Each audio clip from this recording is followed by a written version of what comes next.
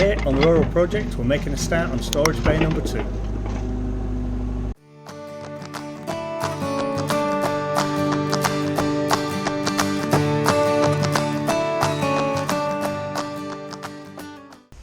Okay, so we're back at the land again today. So that's the storage bay that I've already completed, and got a bit of a backfill to do there just on the sides on this one, but I'll do that backfill as I progress here. So I'm going to put another storage bay in here. So learning from the lessons from the last one where 3 metre gap there was just too much for the boards.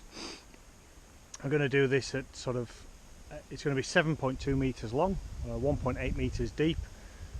I'm going to have thicker boards and pretty much double the number of support posts on the back wall. Kind of realised there's a lot of water comes down this hill, and these back walls are actually going to take quite a lot of load. So I did make a start on this the other week. On what I'm doing now, I'm just going to actually move some of this dirt out of the way so I can get in. I'll then swap buckets to the digging bucket and mark this out and get into it. So let's see how we go.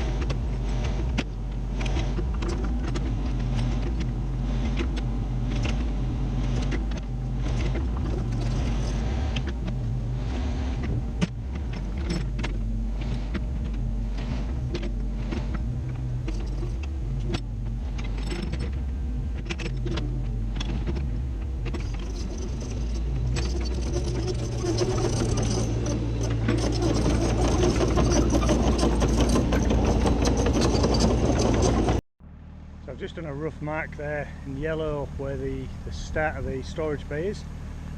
7.2 takes us into the fresh cut. I've marked up there just roughly 8 metres. So what I'll do is I've got the digging bucket on now. So with the digging bucket I'll actually remove vast majority of this dirt, get it down to what I think just by eye is pretty level, and then I'll set about actually going in and tidying it all up and doing some proper measurements. But I'll just spend the next little period of time just digging in.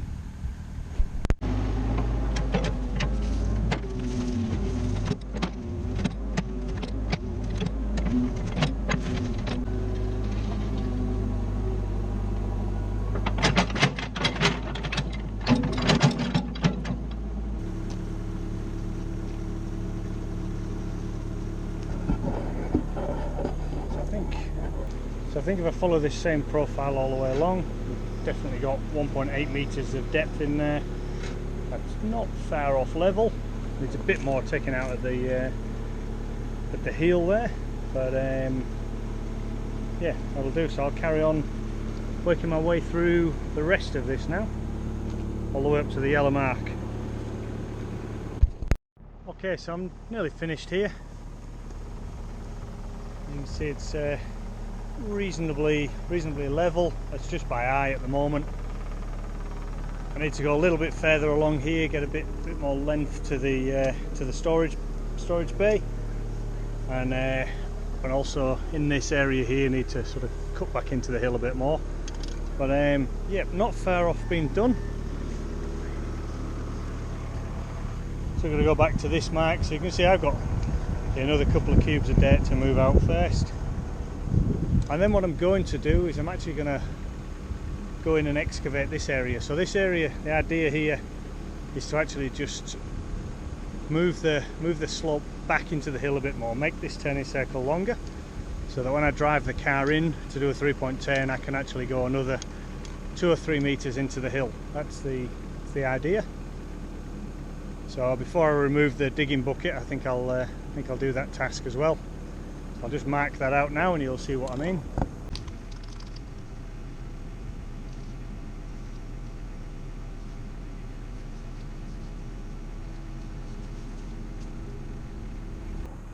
Okay, that should do us. I'll just finish off the storage bay and then get into this next.